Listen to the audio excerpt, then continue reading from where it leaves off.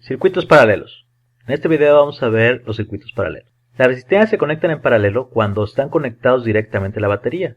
Podemos decir que si quitamos una resistencia, la otra resistencia seguirá conectada a la batería. Las líneas que unen a las resistencias son paralelas y las resistencias se encuentran de forma paralela.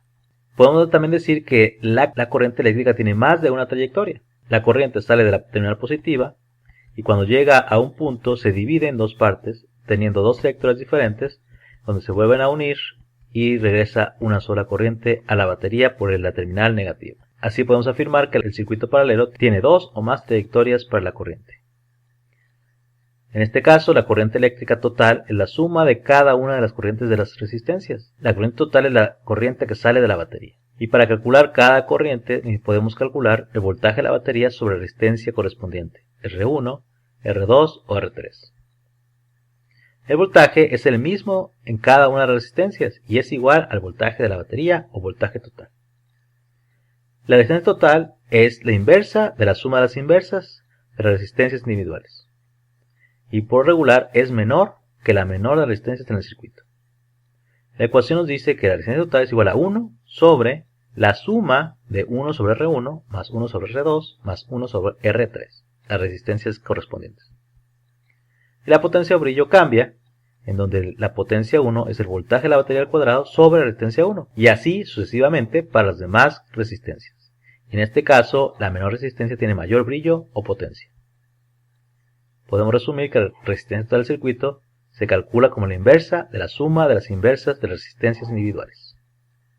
Veamos el siguiente ejemplo. Tres resistencias con valores de 1 ohm, 3 ohms y 2 ohms se conectan en paralelo con una pila de 12 volts. Lo podemos ver en la figura. Inciso A. Determina la resistencia total. Inciso B. La corriente en cada resistencia. Inciso C. La corriente total. Inciso D. La potencia o brillo en cada resistencia. Los datos que tenemos es el resistencia 1 es de 1 ohm, resistencia 2, 3 ohms y resistencia 2, 2 ohms. El voltaje es de 12 volts.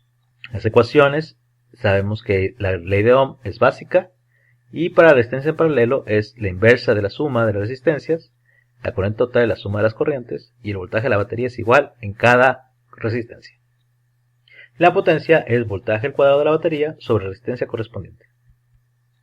Inciso A. Resistencia total. 1 sobre resistencia más 1 sobre R2 más 1 sobre R3. Si sustituimos nos queda que 1 sobre 1 más 1 sobre 3 más 1 sobre 2. Es recomendable realizar las operaciones por separado. Tenemos 1 ohm a la menos 1 más 0.33 ohm a la menos 1 más 0.5 ohms a la menos 1. Sumamos, nos queda 1 sobre 1.83 ohms a la menos 1. Dividimos y el resultado total es 0.545 ohms, que es menor que 1 ohm, que es la menor de las resistencias. Inciso B. Corriente en cada resistencia. Dividimos el voltaje entre cada una de las resistencias. Para la corriente 1 dividimos 12 volts entre 1 ohm. Para la corriente 2, 12 volts entre 3 ohms nos da 4 amperes. Y la corriente 3, 12 volts sobre 2 son 6 amperes. El corriente total sería la suma de las tres corrientes. 12 amperes más 4 amperes más 6 amperes nos da un total de 22 amperes, la corriente que sale de la batería. Finalmente, la potencia o brillo sería el voltaje al cuadrado de la batería sobre la resistencia 1 o la resistencia correspondiente.